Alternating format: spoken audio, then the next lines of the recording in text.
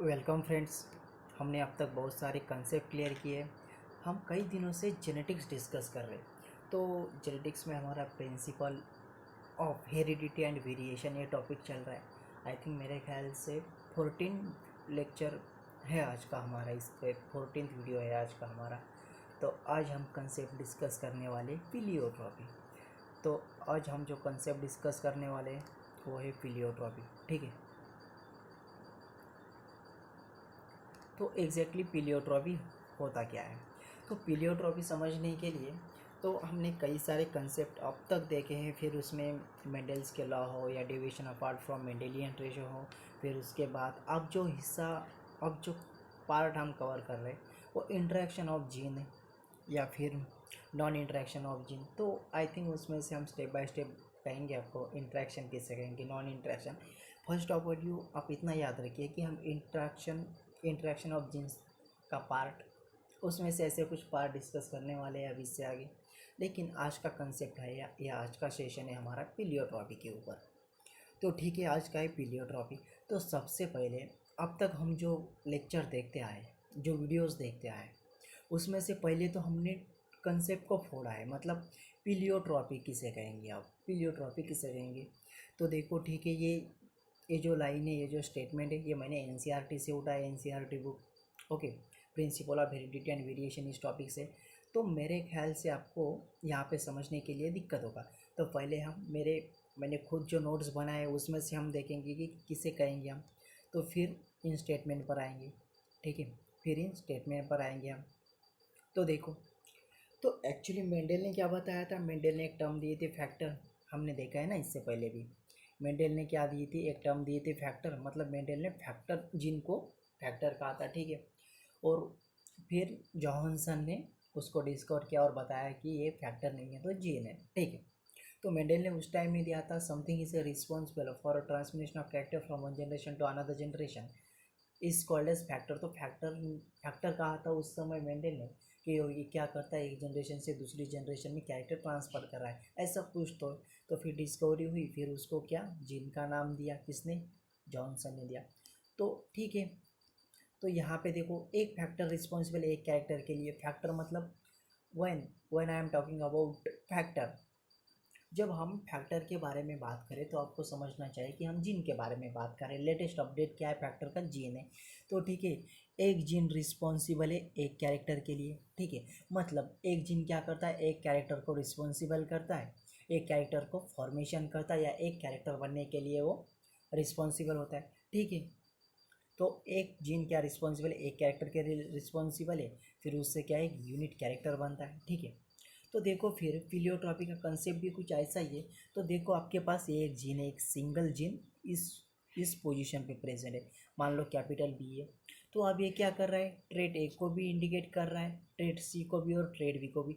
Trait के बारे में हमने कहा था, हमने जब जेनेटिक्स टर्मिनोलॉजी डिस्कस करी थी तो फिर हमने वहाँ पे क्या बताया था आपको, कैरेक्टर और ट्रेट दोनों में हमने डिफरेंस कहा था कि कैरेक्टर किसे कहेंगे और ट्रेट किसे कहेंगे। तो कैरेक्टर के बारे में हमने कहा था कि feature of an organism is called as trait. किसी ही ऑर्गेनिज्म के बारे में, मतलब किसी ऑर्गेनिज्म की प्रॉपर्टी हो या फीचर, फीचर कहते हैं ना हम। फीचर मतलब क्या, उसका एक feature, suppose I think in fact हम कह सकते हैं कैरेक्टर। कैरेक्टर, किसी की कैरेक्टर के बारे में बात करना। सपोज वो प्लांट बाहर से कैसा दिखता है, टॉल है, तो ये क्या है, उसका कैरेक्टर हुआ है। और ट्रेट, ट्रेट हम इसे कहते हैं specific information of a particular organism, sorry, specific information about particular organism is called as trait. Trait मतलब स्पेसिफिक इंफॉर्मेशन, एक स्पेसिफिक इंफॉर्मेशन। जैसे कि हम बात करें कि अब वो लीव्स है। ठीक है, अब वो लीव्स है तो लीव्स की साइज़ इतनी है उतनी है, मतलब शॉर्ट है लंबी है, एक पर्टिकुलर इन्फॉर्मेशन करता है। अब ये क्या है, जैसे कि हम बताते हैं कि वो प्लांट है, उसका कैरेक्टर क्या है, टॉल है या डॉर्प है। और टॉल है तो भाई कितना टॉल है, मतलब उसकी हाइट एग्जैक्टली कितनी है, एग्जैक्टली इन्फॉर्मेशन बताना, मतलब ट्रेट बताना। हमने ये जेनेटिक्स टर्मिनोलॉजी में बहुत डीपली डिस्कस किया है। ठीक है, बहुत डीपली डिस्कस किया है। तो फिलहाल इतना याद रखो कि एक फैक्टर रिस्पॉन्सिबल है एक कैरेक्टर के लिए, ऐसा मेंडेल ने बताया था सबसे पहले। ऐसा मेंडेल का कहना था कि एक फैक्टर जो होता है भैया वो रिस्पॉन्सिबल है एक कैरेक्टर के लिए, और उससे ही एक यूनिट कैरेक्टर बनता है या यूनिट जीनोटाइप बनता है, या सॉरी फिनोटाइप बनता है, ठीक है, ऐसा मेंडेल का कहना था उस समय में। तो इसीलिए ये डेविएशन फ्रॉम मेंडेलियन का हिस्सा है कि यहाँ पे क्या हो रहा है, एक सिंगल जो जीन है वो रिस्पॉन्सिबल कर रही है तीन कैरेक्टर को, इसीलिए इसको प्लियोट्रॉपी कहता है। तो इनफैक्ट मैंने लगभग 5 मिनट आपको एक्सप्लेन किया है, तो आपको इतना तो समझ में आया होगा कि प्लियोट्रॉपी का मतलब क्या होता है कि एक सिंगल जो जीन होता है वो कंट्रोल करता है मल्टीपल ट्रेट को। एक सिंगल जीन क्या करता है, कंट्रोल करता है मल्टीपल ट्रेट को, या मल्टीपल ट्रेट को कंट्रोल करने की कैपेसिटी उसके भीतर प्रेजेंट हो, ऐसे फिनोमिनन को हम प्लियोट्रॉपी कहते हैं। तो प्लियोट्रॉपी हमने किसे कहा, हम डेफिनेशन देखेंगे, लेकिन डेफिनेशन से पहले समझना है कि आपको बेसिक कंसेप्ट आपको पता होना चाहिए कि pleiotropy, what is exactly pleiotropy. तो प्लियोट्रॉपी का कंसेप्ट आपको खुद की लैंग्वेज में समझ में आना चाहिए सबसे पहले कि प्लियोट्रॉपी होता क्या है भाई। प्लियोट्रॉपी में हमने कहा कि एक सिंगल जो जीन है आपके पास वो कंट्रोल कर रहा है एक दो से ज़्यादा ट्रेट, एक दो तीन, ये तीन ट्रेट वो क्या कर रहा है, कंट्रोल कर रहा है, ठीक है। तो फिर एक छोटा सा स्टेटमेंट बताया यहाँ पे कि किसी प्लियोट्रॉपी कहेंगे more than one gene are responsible of formation of a trait, see a particular character is called as pleiotropy. अब सॉरी, इंट्रैक्शन ऑफ जीन। एक बात मैंने आपको पहले ही कहा था कि हम जो पोर्शन डिस्कस कर रहे थे ये किस में आता है, तो इंट्रैक्शन ऑफ जीन का हिस्सा है। सबसे पहले हमने क्या डिस्कस करा, मेंडल्स के लॉ देखे, फिर मेंडल्स के एनालिसिस देखा हमने डीपली, मेंडल के एनालिसिस देखे, मेंडल के क्रॉस देखे, फिर उसके बाद हम डेविएशन फ्रॉम मेंडेलियन रेशो के भीतर गए थे। और आज से हम क्या करें, इंट्रैक्शन ऑफ जीन का पार्ट डिस्कस कर रहे हैं, इंट्रैक्शन ऑफ जीन का हिस्सा डिस्कस कर रहे हैं। तो इंट्रैक्शन ऑफ जीन किसका एग्जाम्पल है, तो प्लियोट्रॉपी का एग्जाम्पल है। मतलब इंट्रैक्शन ऑफ जीन किसका एग्जाम्पल है, तो प्लियोट्रॉपी। ऐसा भी कह सकते हैं कि इंट्रैक्शन ऑफ जीन में कौन आता है, तो प्लियोट्रॉपी इंट्रैक्शन ऑफ जीन में आता है। इससे आगे जो हम डिस्कस करेंगे वो इंट्रैक्शन ऑफ जीन का हिस्सा होगा और कुछ part non interaction of gene का होगा। तो प्लियोट्रॉपी जो है इंट्रैक्शन ऑफ जीन का हिस्सा है। ये क्या इंट्रैक्शन ऑफ जीन का हिस्सा है, तो देखो इंट्रैक्शन ऑफ जीन किससे कहते हैं, more than one gene are responsible, एक से ज़्यादा जो जीन होते हैं वो रिस्पॉन्सिबल होते हैं एट ए पर्टिकुलर कैरेक्टर को कंट्रोल करने के लिए। तो देखो मोर देन वन जीन, एक से ज़्यादा gene are responsible for a formation of a particular character को शो करने के लिए, कंट्रोल करने के लिए, या उसको फॉर्म करने के लिए रिस्पॉन्सिबल होते हैं एक से ज़्यादा जीन या दो से ज़्यादा जीन, मोर देन वन जीन। ऐसा तो मेंडल ने बताया नहीं था व्यूज के स्टेटमेंट में। मेंडल ने कहा था कि एक फैक्टर एक कैरेक्टर को इंडिकेट करता है, तो फिर ये फिनोमिनॉन नहीं दिखा रहा, ये इंट्रैक्शन ऑफ जीन इसका फिनोमिनन नहीं दिखा रहा, इसलिए प्लियोट्रॉपी इंट्रैक्शन ऑफ जीन का हिस्सा है। इसलिए क्या इंट्रैक्शन ऑफ जीन का हिस्सा है। तो इनफैक्ट जो हमने इतने अंडरलाइन किए, इतने हाईलाइट किए इस पोर्शन में, तो इस पोर्शन में सिर्फ आपको एक कंसेप्ट, तो सबसे पहले तो आपको पता होना चाहिए कि क्यों ये डेविएशन फ्रॉम मेंडेलियन का रेशो है। तो भाई देखो मेंडल ने बताया था एक फैक्टर जो होता है, एक जीन जो होता है, एक कैरेक्टर को रिस्पॉन्सिबल करता है, कंट्रोल करता है। तो ऐसा नहीं है, तो इनका कहना है कि मोर देन वन जीन, एक से ज़्यादा जीन एक पर्टिकुलर कैरेक्टर के लिए रिस्पॉन्सिबल होते हैं, तो इसलिए इंट्रैक्शन ऑफ जीन है, और इंट्रैक्शन ऑफ जीन का हिस्सा प्लियोट्रॉपी है। तो ठीक है भाई, प्लियोट्रॉपी हो गई, हमें कंफ्यूज नहीं होना है। तो फिर हम प्लियोट्रॉपी पे आ गए। जब हम प्लियोट्रॉपी के भीतर आए तो प्लियोट्रॉपी को समझने के लिए हमें पता चला कि एक सिंगल जीन क्या कर रहा है भाई, मल्टीपल ट्रेट को कंट्रोल कर रहा है। A trait, B trait, C trait, तीनों ही ट्रेट को एक मल्टीपल कैपिटल बी कंट्रोल कर रहा है, तो ये मल्टीपल ट्रेट हो गया। ओके, यह प्लियोट्रॉपी हो गया। मल्टीपल ट्रेट कहने से बेटर है कि हम इसे प्लियोट्रॉपी कहें। तो प्लियोट्रॉपी के बारे में हमें एक बात पता चल गई, a single genes are responsible for a control of a numbers of trait. Number of traits मतलब कितने, 3 ट्रेड से कंट्रोल कर रहा है, ठीक है। तो इनफैक्ट ये है बेसिक कंसेप्ट। तो यहाँ पे आपको मेरे ख्याल से 2-3 बात समझ में आई कि मेंडल ने कहा था एक सिंगल जीन रिस्पॉन्सिबल है एक सिंगल कैरेक्टर के लिए, लेकिन यहाँ पे ऐसा कुछ नहीं होता। और प्लियोट्रॉपी क्या कर रहा है भैया, एक सिंगल जो जीन है 3 कैरेक्टर को कंट्रोल कर रहा है, दैट्स ऑल। यही है यहाँ तक कंसेप्ट, ठीक है। रिटर्न आते हैं आप, और एक आपको समझने के लिए, और एक देखो आपको समझने के लिए, देखो क्या है यहाँ पे, एक से ज़्यादा जीन मिलकर एक पर्टिकुलर कैरेक्टर बनाते हैं, या फिनोटाइप बना दे, उसको हम इंटरेक्शन ऑफ जीन कहते हैं।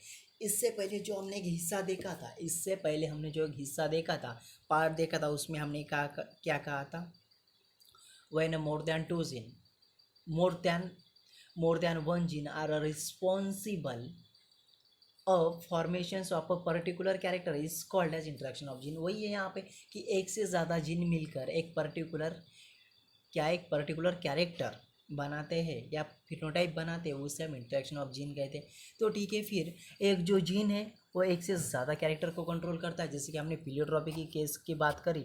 एक कैपिटल बी था हमारे पास, वो ट्रेट ए को भी इंडिकेट कर रहा है, बी को इंडिकेट कर रहा है, तीनों को वो कंट्रोल कर रहा है। तो इसीलिए ये स्टेटमेंट यहाँ पे अप्लाई होता है, ठीक है, ये स्टेटमेंट यहाँ पे अप्लाई होता है, ठीक है, ये स्टेटमेंट यहाँ पे अप्लाई होता है, ठीक है। फिर देखो, usually one gene control one traits, but when one gene control more than one trait. देखो, एक जीन जो होता है, एक जीन कंट्रोल करता है वन ट्रेट को नॉर्मली या वन, लेकिन इस केस में क्या होता है, one gene control more than one trait, मतलब एक सिंगल जीन कंट्रोल करता है। नॉर्मली क्या होता है कि भाई एक जीन कंट्रोल करता है एक ट्रेट के लिए, ऊपर के स्टेटमेंट में, ठीक है। लेकिन व्हेन इन दिस केस, इस केस में क्या होता है, एक जीन कंट्रोल करता है मोर देन वन ट्रेट को। हमने वही बात करी थी, एक कैपिटल बी, इससे पहले भी देखा हमने, कैपिटल बी था हमारे पास और वो कंट्रोल कर रहा है थ्री टाइप्स ऑफ ट्रेट को। उसमें शेप ऑफ सीड है, उसमें क्या है, फिर स्टार्च ग्रेन सिंथेसिस है, ओके, स्टार्च ग्रेन सिंथेसिस है, और एक मल्टीपल ट्रेट, मतलब ये दो है तो ये मल्टीपल ट्रेट को इंडिकेट कर रहा है। जैसे कि हमने इससे पहले ये वाला कंसेप्ट देखा था, इससे पहले हमने जैसे कि एक कंसेप्ट देखा था कि एक कैपिटल बी क्या कर रहा है, एक कैपिटल बी क्या कर रहा है, तीनों ट्रेट को इंडिकेट कर रहा है, लाइक अ सेम वे यहाँ पे भी कुछ वैसा ही हो रहा है। तो इनफैक्ट आपको बेसिक इन्फॉर्मेशन पता होगी कि पीलियोट्रॉपी हम किसे कह रहे हैं और पीलियोट्रॉपी में क्या हो रहा है। तो नॉर्मली क्या होता है, एक जीन कंट्रोल करता है एक कैरेक्टर के लिए, लेकिन पीलियोट्रॉपी के केस में क्या होता है भैया, पीलियोट्रॉपी के केस में क्या होता है, तो एक जो आपका सिंगल जीन है वो कंट्रोल कर रहा है नंबर ऑफ ट्रेट्स, मतलब मल्टीपल ट्रेट कह सकते हैं, इनफैक्ट आप उसको मल्टीपल ट्रेट कहते हैं। तो ठीक है, तो अब हम आएंगे एनसीईआरटी पे, आपको बेसिक पता चल गया, ठीक है। अब आएंगे हम स्टार्टिंग से, ठीक है, फिर आप देखते हैं हम स्टार्टिंग से। तो देखो, जेनेटिक्स और हमारा टॉपिक है principle of heredity and variation. तो पीलियोट्रॉपी के बारे में मैंने बेसिक आपको बता दिया है, तो इनफैक्ट हम सिर्फ हाईलाइट करते जाएंगे स्टेटमेंट को, इजीली वन लाइन में समझने का प्रयास करेंगे। When we have so far seen in effect of a gene on a single phenotype, मतलब पहले क्या होता था, एक सिंगल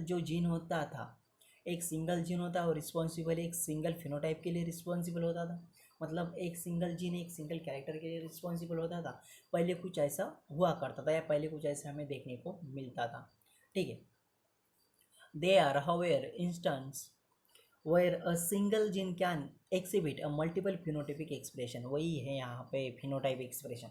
उनका कहना है दे आर हाउएवर इंस्टेंट्स, लेकिन इन कुछ कई सालों में, मतलब कुछ उस देर के बाद, मतलब जैसे मेंडल ने बताया था उसके कुछ टाइम बाद कुछ ऐसे फिनोमिनन सामने आए, वैज्ञानिकों ने कुछ ऐसे फिनोमिनन सामने लाए कि भाई, तो मेंडल ने तो कहा था एक जीन जो होता है एक कैरेक्टर के लिए रिस्पॉन्सिबल होता है, लेकिन इस पीलियोट्रॉपी के केस में ऐसा कैसे हो रहा है कि एक single gene more than trait को कंट्रोल कर रहा है, ऐसे कैसे। तो फिर वही है यहाँ पे कि एक सिंगल जीन क्या है, control can exhibit a multiple phenotypic expression, मतलब मल्टीपल फिनोटिपिक एक्सप्रेशन को वो कंट्रोल कर रहा है या रिस्पॉन्सिबल एक मल्टीपल के लिए, ठीक है। Such gene is called as pleiotropic gene, ऐसे जीन को हम पीलियोट्रॉपिक जीन कहते हैं। तो भैया, यदि एक लाइन में आपको कोई पूछे कि पीलियोट्रॉपिक जीन में क्या होता है, तो आपको बता देना आना चाहिए, single gene are responsible for a control of multiple traits. एक सिंगल जीन जो होता है वो कंट्रोल करता है मल्टीपल ट्रेट को, ठीक है, यही है पीलियोट्रॉपी, और कुछ नहीं। The underlying mechanism of pleiotropy in most cases, तो ये मोस्ट केसेस में हमें दिखाई देते हैं, ठीक है, ये क्या होते हैं, हमें मोस्ट केसेस में दिखाई देते हैं। तो देखो, is the effect of gene on metabolic pathway which is a contribute to a different phenotype. तो आप ये जो स्टेटमेंट में is the effect of gene on metabolic pathway which contribute towards a different phenotype, इसका statement में in fact आपको यही बता देना चाहता हूँ एक लाइन में, लेकिन आपको उतना समझ में नहीं आएगा। जब हम इसके आगे की स्लाइड देखेंगे उसमें आपको क्लियर हो जाएगा।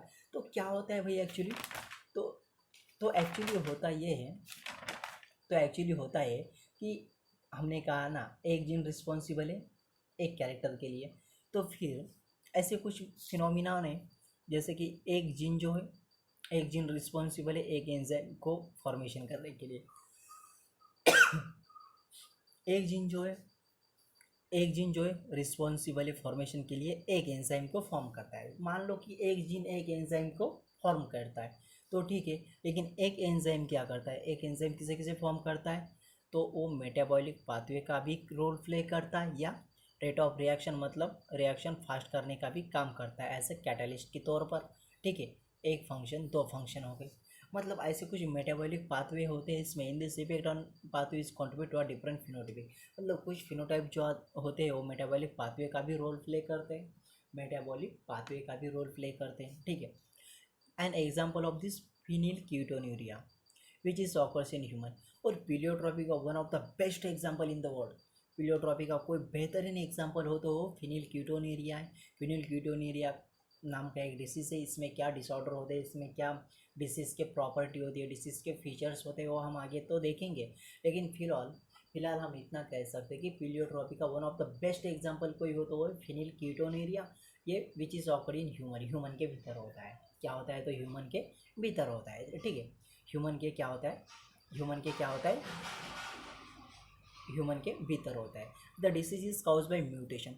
मैंने कई बार जिक्र किया है, मतलब मैं जब हम कुछ दिनों से जेनेटिक्स पे डिस्कस कर रहे हैं तो मैंने कई बार म्यूटेशंस के बारे में बताया कि म्यूटेशन क्या होता है भैया, suddenly changes in genetic makeup में कुछ अचानक परिवर्तन हो जाता है, मतलब कुछ जैसे अनवांटेड मटेरियल, एक्सेप्शनल, हम अनवांटेड, जैसे कि हम नहीं चाहने के बाद भी कुछ ऐसे हो जाते हैं जैसे सडनली चेंजेस किसमें, तो इन्हें जेनेटिक मेकअप, जिसकी वजह से डिसऑर्डर होते हैं। डिसऑर्डर कैसे होते हैं भाई, जैसे कि हमें नॉर्मली पता है कि मेल फीमेल के लिए XX क्रोमोसोम आना रिस्पॉन्सिबल है, लेकिन मान लो XX है, लेकिन इसके साथ Y आ गया। ठीक है, XX Y आ गया और ये हीमोफिलिक डिसीज़ को रिस्पॉन्सिबल करता है। एक एक्स्ट्रा एडिशनल है, ऐसा तो होता नहीं, लेकिन ये म्यूटेशन की वजह से आ गया। एक एग्जांपल के तौर पे बात कर रहा हूँ मैं, मतलब म्यूटेशन के बारे में हम ऐसे कह सकते हैं suddenly changes in genetic makeup. और ये जो डिसीज़ होते हैं ना, ये इसका रीज़न एक ही होता है, ये म्यूटेशंस के वजह से ही आते हैं।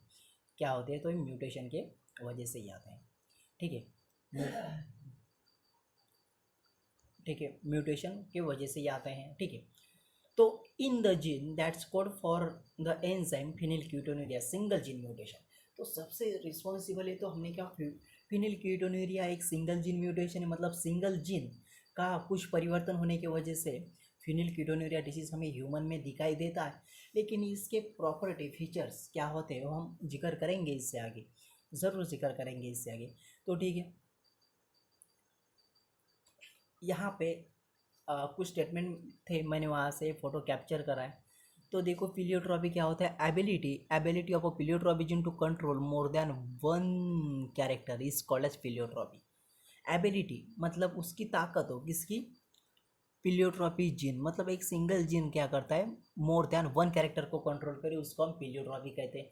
हमने आसान सी भाषा में कई सारे मिनट हमने इस पर खर्च किए हैं, इन्वेस्टमेंट किए हैं कुछ टाइम का पीलियोट्रॉपी समझने के लिए। आई थिंक मेरे ख्याल से मैंने बहुत बेसिक से पढ़ा है आपको, बहुत अगर कोई पहली बार वीडियो देख रहा है उसको भी समझ में आया कि पीलियोट्रॉपी क्या है, ऐसे मैंने पढ़ाने का कोशिश किया है आपको। तो ठीक है, एक एबिलिटी होती है पीलियोट्रॉपी जीन के पास कि वो क्या कर सके भाई, मोर देन मल्टीपल कैरेक्टर को कंट्रोल करने की वो ताकत रख सके।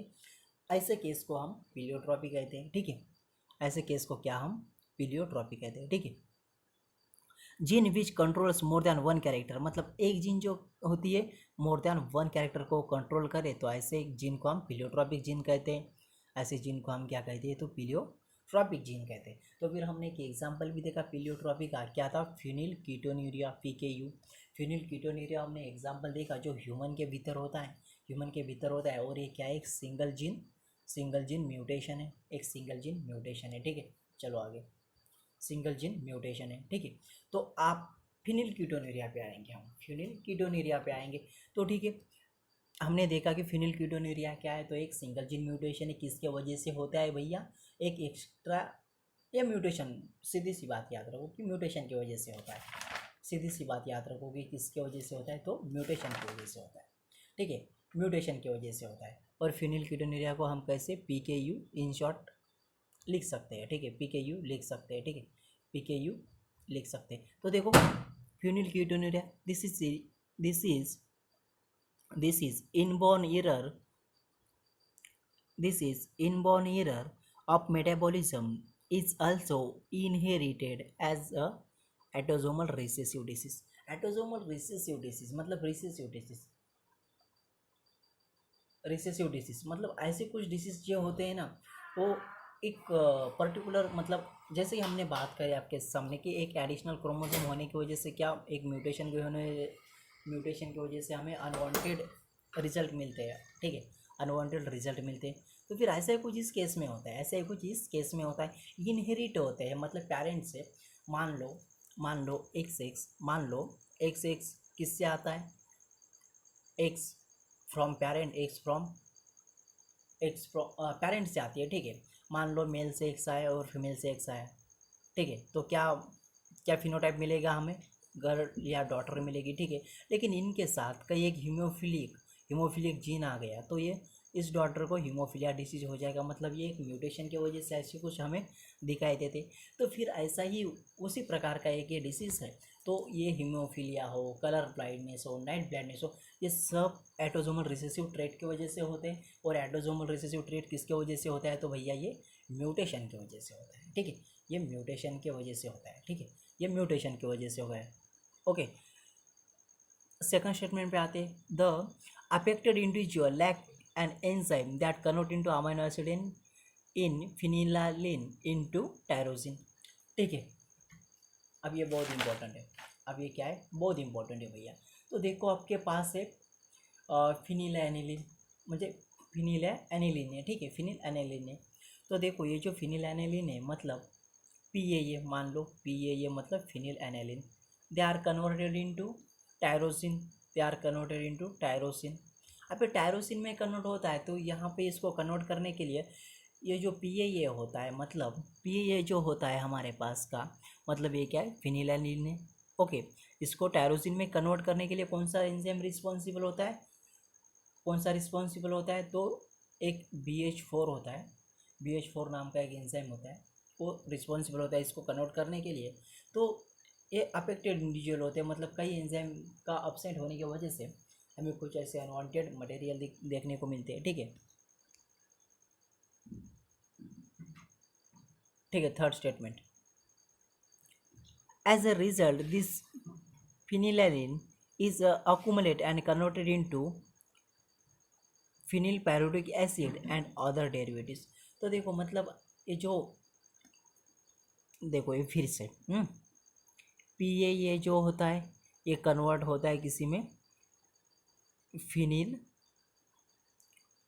पायरुविक एसिड में, मतलब PPA, ये कन्वर्ट किस में होता है, तो फिनिल पायरुविक एसिड में कन्वर्ट होता है, ठीक है।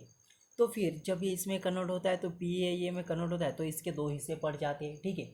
एक होता है फिनिल एसिटिक एसिड, मतलब फिनिल एसिटिक एसिड PAC, और एक होता है phenyl acetic acid, phenyl acetic acid and phenyl acetic acid.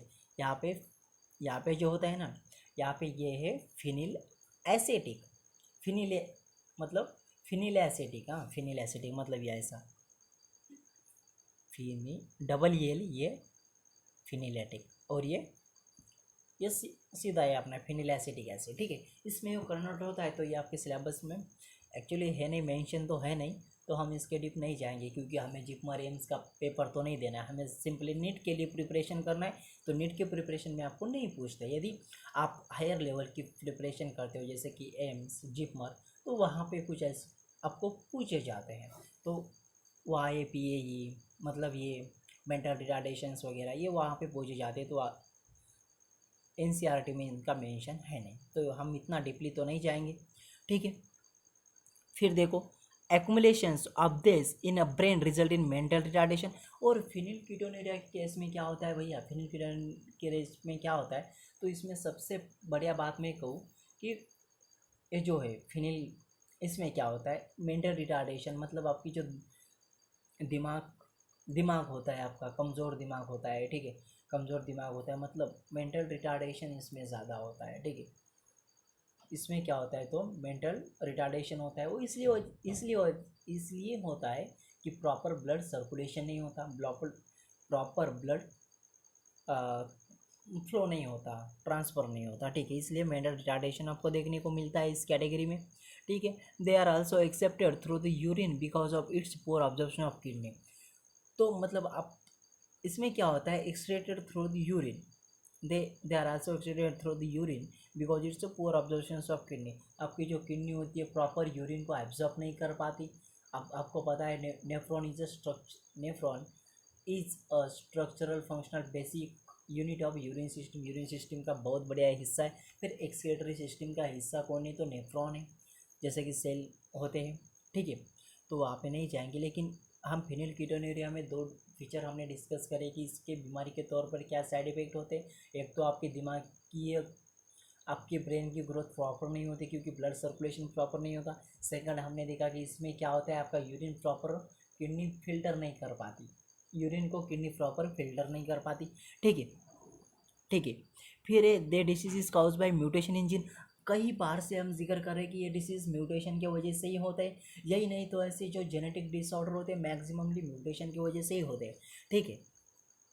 That's code for enzyme phenylalanine hydroxylase a single gene mutation. और मैंने कई पहले भी कहा है बेसिक के, ये जो फिनिलकीटोनुरिया है, फिनिलकीटोनुरिया है, ये क्या है, फिनिलकीटोनुरिया क्या है, सॉरी PKU मतलब फिनिलकीटोनुरिया सिंगल जीन म्यूटेशन है। क्या है तो सिंगल जीन म्यूटेशन है। इनफैक्ट इस स्टेटमेंट में क्या है, ये सिंगल जीन म्यूटेशन है, ठीक है, ये क्या है सिंगल जीन म्यूटेशन है, okay. And this manufacture itself through the phenotypic expression character bye mental retardation. और इसका जो फिनोटाइप हमें मिलता है, मतलब ऐसे कैरेक्टर किसी में इनहेरिटेंस होते हैं, फिर उसका जो फिनोटाइप प्रोड्यूस होता है, तो उस ऑप्सप्रिंग में क्या दिखाई देंगे हमें, मेंटल रिटार्डेशन। मतलब उस बच्चा हो या डॉटर हो, उसकी प्रॉपर दिमाग की जो ग्रोथ होती है वो प्रॉपर नहीं हो पाती है, ठीक है, प्रॉपर नहीं होती है। तो आप जो इसके बाद का जो हिस्सा है, ठीक है, आप जो इसके बाद का जो हिस्सा है, एक मिनट है, तो देखो यहाँ पे एक एग्जाम्पल है।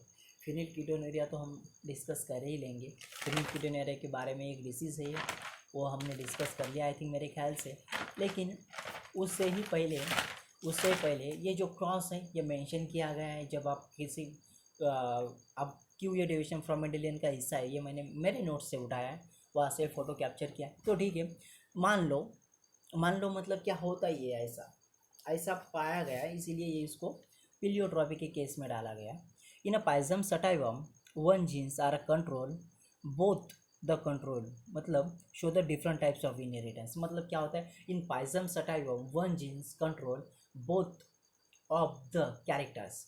एक सिंगल पाइजम सटाइवम में क्या होता है, एक जो जीन होता है वो कंट्रोल करता है बोथ कैरेक्टर को, मतलब एक से ज़्यादा कैरेक्टर को कंट्रोल करता है। फिर ठीक है भाई, हमें क्वेश्चन पता है कि हमें एक आंसर इन वन लाइन में हमें पता है कि एक सिंगल जीन कंट्रोल करता है मोर कैरेक्टर को, पर कैसे, हाउ इट इज़, कैसे, ठीक है, पता है तो कैसे। और साइंस की सबसे बड़ी बात मैं बताऊँ आपको कि यहाँ पे कोई किसी पे बिलीव नहीं करता। पहली बात, मतलब आप ऐसे कहते हो कि एक सिंगल जीन रिस्पॉन्सिबल कर रहा है सिंगल कैरेक्टर को, तो फिर साइंस में पूछा जाता है कि एविडेंस दो हमें भाई, एविडेंस दो, हम कैसे मान लें। साइंस का नाम ही है रिसर्च। यदि आप लोगों को रिसर्च करके बताए, एक्सपेरिमेंटली प्रूव करके बताए, तो ही वो साइंस की कैटेगरी में आता है। और साइंस में यही होता है, साइंस पे एक्चुअली रियलिटी पे फोकस किया जाता है। रियलिटी आप जो दिखाएंगे, मतलब जो आप एक्सपेरिमेंटली प्रूव करके दिखाएंगे वही रियल माना जाता है। मतलब वर्चुअलिटी पे ज़्यादा फोकस होता है साइंस पर। तो ठीक है, हम देखेंगे फिर in Pisum sativum one genes control both of the character. Pisum sativum में क्या होता है, एक सिंगल जीन जो है कंट्रोल करती है बोथ कैरेक्टर। तो कैसे, देखो रिप्रेजेंटेशन देखेंगे हम। पेरेंट है हमारे पास बी ग्राउंड जिसका फिनोटाइप है कैपिटल बी, ठीक है। उसके बाद है स्मॉल व्रिंकल जिसका फिनोटाइप है स्मॉल बी। तो देखो हम यहाँ तक को कंक्लूजन आपको किसी को कोई कुछ होना ही नहीं चाहिए, क्योंकि हम बात कर रहे हैं पाइजम सटाइवम। पाइजम सटाइवम में क्या होता है, एक जीन कंट्रोल करता है बहुत सारे कैरेक्टर को। फिर वो कैसे भैया वो देखेंगे हम, तो हम रिप्रेजेंटेशन पे ये एनसीईआरटी का है, एनसीईआरटी में मेंशन है, ये आप देख लीजिए एनसीईआरटी, ठीक है। फिर पेरेंट्स हमारे पास है background are cross with small wrinkle having a phenotype capital B cross with small B. तो ठीक है, इसके गमेट हमें मिले भाई, इसके गमेट मिले, दोनों सेम है, हेमोजाइगस कंडीशन है, दोनों में से एक उठा लो कोई बात नहीं, कैपिटल बी दोनों सेम है, कोई एक उठा लो कोई दिक्कत नहीं। F1 जनरेशन में हमें मिले capital B small B, F1 generation में ऑल आर बी ग्राउंड, ये दोनों क्या है बी ग्राउंड है, मतलब ये कैपिटल भी अपने आप को एक्सप्रेस करेगा। हमने बहुत सारे पहले देखे हैं वीडियो, तो आपको समझने के लिए जो स्टार्टिंग से मेरा चैनल फॉलो करते आ रहे हैं उनको समझने में बहुत आसानी हो रही होगी, क्योंकि मैंने बेसिक से पढ़ाया है ना भाई। कैपिटल भी स्मॉल भी जो होते हैं, तो कैपिटल भी अपने आप को एक्सप्रेस करेगा, तो ये बन गया डोमिनेंट। तो इसीलिए all are we ground, F1 generation में हमें ऑल आर वी ग्राउंड मिलेंगे, ठीक है। फिर हम इसकी सेल्फिंग करेंगे इन पाइजम सटाइम, कंडीशन याद रखो, इन पाइजम सटाइम मतलब गार्डन पे जो मेंडल ने एक्सपेरिमेंट करे थे। तो जब मैं प्लांट की बात करूँ तो F1 जनरेशन के लिए हम क्या कहेंगे, F1 are selfing with F1 generation. और जब यहाँ पे एनिमल फिनोटाइप हो तो हम क्या कहेंगे, F1 cross with F1 inter cross, sorry वहाँ पर हम सेल्फिंग की जगह इंटर क्रॉस यूज़ करेंगे। तो फिर मान लो हमारे पास क्या है, तो फिर देखो, तो फिर हमें एंड प्रोडक्ट तो ये मिला इसका, वो कुछ इस प्रकार से कि F2 जनरेशन के लिए हम आगे जा रहे हैं, तो फिर capital B small B cross with capital B small B, okay. F1 की सेल्फिंग के अगली स्टेप ये है, ठीक है। तो फिर यहाँ पे हमें गमेट भी निकालने, हमने फार्मूला भी देखा था 1314, तो वो कैसे निकाले, मान लो आपके पास यहाँ पे ये हेट्रोजाइगस कंडीशन है, capital B small B F1 generation का एंड प्रोडक्ट है। तो फिर जब हम इसकी सेल्फिंग करेंगे तो हमारे पास क्या होंगे, capital B small B cross with capital B small B, मतलब दोनों होमोजाइगस कंडीशन है। और नंबर ऑफ गमेट्स कैसे निकालते हैं हम, नंबर ऑफ हेट्रोजाइगस कितने, 1 2, मतलब 2 इंटू 2 मतलब 4 हमें गमेट मिलने चाहिए। तो फिर मान लो इसको 1, इसको 2, इसको 3, इसको 4, ठीक है। गमेट क्या मिलेंगे हमें, गमेट क्या मिलेंगे, कैपिटल बी, उसके बाद मिलेंगे कैपिटल बी स्मॉल बी, उसके बाद मिलेंगे हमें, उसके बाद क्या मिलेंगे हमें, तो कैपिटल बी स्मॉल बी और स्मॉल बी। ये डिफरेंट 4 तरह के गमेट्स हमें मिलेंगे, इससे डिफरेंट तरह के गमेट्स मिलेंगे हमें, ठीक है। डिफरेंट तरह के हमें गमेट्स मिलेंगे। सॉरी हाँ, सॉरी एक गलती हो गई यहाँ पे, जो है ना यहाँ पे स्मॉल बी के साथ कैपिटल बी, ऐसा कुछ फिनोटाइप मिलेगा, ठीक है। कोई मैटर नहीं करता, ये एक्सप्रेस करेगा, कोई मैटर नहीं, ऐसे भी लिख सकते हो वैसे भी लिख सकते हो, ठीक है। तो ठीक है, फिर जब हम इससे आगे जाएंगे,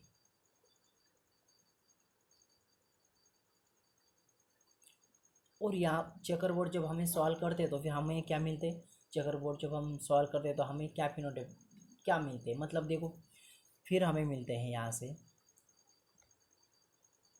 अब मान लो यहाँ पे हम डीपली देखेंगे स्टार्टिंग से, तो इन पाइजम टाइम एक जीन क्या करता है, बोथ कैरेक्टर को शो करता है। फिर हमारे पास रिप्रेजेंटेशन, हमने क्या कहा, capital B cross with small B.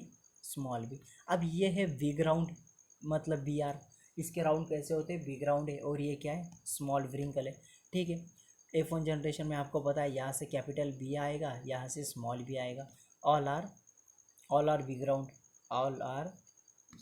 Ground, मतलब सब कैसे होंगे बी ग्राउंड हो गए, ठीक है। फिर हम F1 की करेंगे सेल्फिंग, F1 की सेल्फिंग मतलब क्या, capital B small B cross with capital B small B, ठीक है। तो देखो वही, फिर ये हमारे पास ये एक हेट्रोजाइगस, ये दूसरा हेट्रोजाइगस, तो 2 इंटू 2 मतलब 4 तरह के हमें गमेट्स मिलेंगे, 4 तरह के गमेट्स मिलेंगे। कैसे मिलेंगे, क्या मिलेंगे, सब कुछ आपको आता है, आपने सीखा है, नहीं सीखा हो तो ये फार्मूला याद रखो, 13142324, इसको 1 कंसीडर करो, इसको 2, इसको 3, इसको 4, और इससे नंबर ऑफ गमेट्स निकालो। ठीक है। अब हम चेकर बोर्ड सॉल्व करेंगे।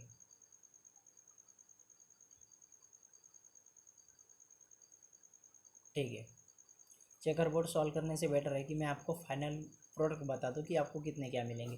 तो ठीक है, तो देखो अब इसमें क्या मिलेंगे आपको, capital B are responsible big round, okay.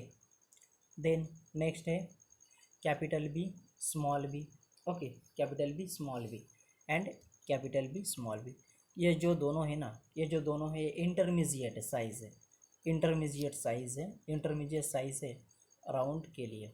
मतलब ये जो दोनों है ये रिस्पॉन्सिबल क्या कर रहे हैं, एक तो बिग राउंड को भी रिस्पॉन्सिबल कर रहे हैं और एक इंटरमीडिएट साइज़ का भी रिस्पॉन्सिबल दिखा रहे हैं। मतलब राउंड है व्रिंकल है उस साइज़ को भी नियर बाय थोड़ा इंडिकेशन दिखाते हैं, लेकिन सबसे इंपॉर्टेंट है कि ये राउंड को भी इंडिकेशन कर रहे हैं। मतलब यहाँ पे आप ऐसे कह सकते हो कि single gene are responsible to traits, okay. और उसके बाद है स्मॉल बी जो सीधी सी बात है ये स्मॉल व्रिंकल है। तो इनफैक्ट प्लियोट्रॉपी में हमने वही मैकेनिज्म कहा था, वही स्टेटमेंट हमने पहले से ही देखा था कि a single gene are responsible number of traits या more than one character, okay, ऐसा भी कह सकते हैं ना आप, बोथ द कैरेक्टर कह सकते हैं मोर देन वन कैरेक्टर। तो देखो फिर यहाँ पे क्या मेंशन है, ठीक है, यहाँ पे क्या मेंशन है, तो देखो फिर यहाँ पे क्या मेंशन है,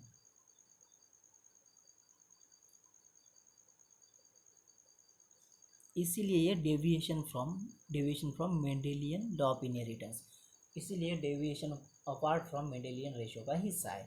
क्योंकि ऐसा मेंडल ने तो कहीं बताया नहीं था कि ये सिंगल जीन क्या करता है, मोर देन टू कैरेक्टर को रिस्पॉन्सिबल करता है। तो ऐसा मेंडल ने कभी आपने एनालिसिस में बताया नहीं था ना, एनालिसिस में मेंडल ने कभी आपने बताया नहीं था। तो इनफैक्ट रिकॉल कर लिए कुछ हिस्सा छूटा है कि हमारा, हाँ ये हिस्सा छूटा है। तो देखो ये नॉन नॉन अलेलिक इंटरेक्शन, तो हमने इंटरेक्शन ऑफ जिन के बारे में आपको बताया कि इंटरेक्शन ऑफ जिन के बारे में क्या बताया हमने, more than two gene are responsible are particular character is called interaction of gene. तो देखो हमने कहा इंटरेक्शन ऑफ जीन हम किसे कहेंगे, कि इंटरेक्शन ऑफ जीन हम किसे कहेंगे, दो से ज़्यादा जीन एक कैरेक्टर को रिस्पॉन्सिबल कर रहे, कैरेक्टर को कंट्रोल करे, उसको हम इंटरेक्शन ऑफ जीन कहा था। तो नॉन एलिलिक इंटरेक्शन इसका अपोजिट होगा, इसका अपोजिट होगा कि वो क्या होगा फिर, दो से ज़्यादा जीन एक सिंगल कैरेक्टर को कंट्रोल नहीं करते, ऐसा कुछ होगा। फिर उसमें भी कुछ ना कुछ मैकेनिज्म होंगे, वो हम इससे ये उसमें एक कॉम्प्लीमेंट्री जीन एक्शन आता है जिसका रेशो 9:7 आता है, डोमिनेंट इपिस्टाटिस होता है जिसका 12:31 आता है, ठीक है। डुप्लीकेट जीन है 15:1, supplementary gene interaction 9:3:1।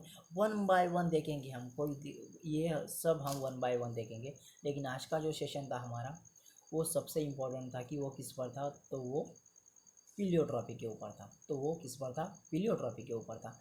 I hope I hope मैंने बहुत अच्छी तरीके से प्रयास तो किया है आपको समझाने का, आई थिंक। और मैं दावे के साथ कह सकता हूँ क्योंकि मैं मेरी खुद की पर्सनल नोट आपके साथ शेयर करता हूँ, कुछ एडिशनल बाहर से सीखने का प्रयास करता हूँ जो आप लोगों को समझने के लिए और आसानी हो।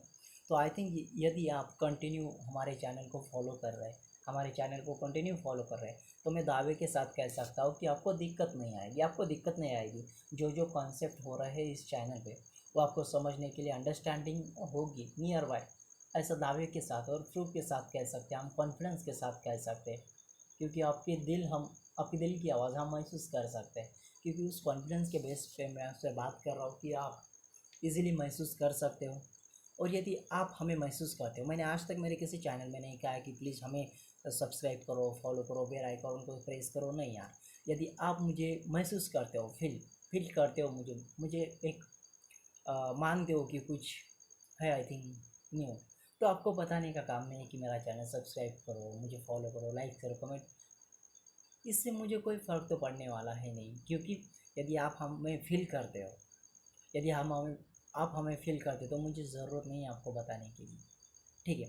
तो ठीक है, बहुत होगी पर्सनल बात। तो ठीक है, आज हमने पिलियोट्रॉपी देखा।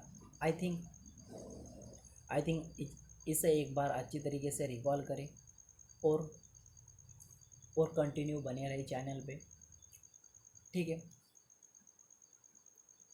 Thanks to all.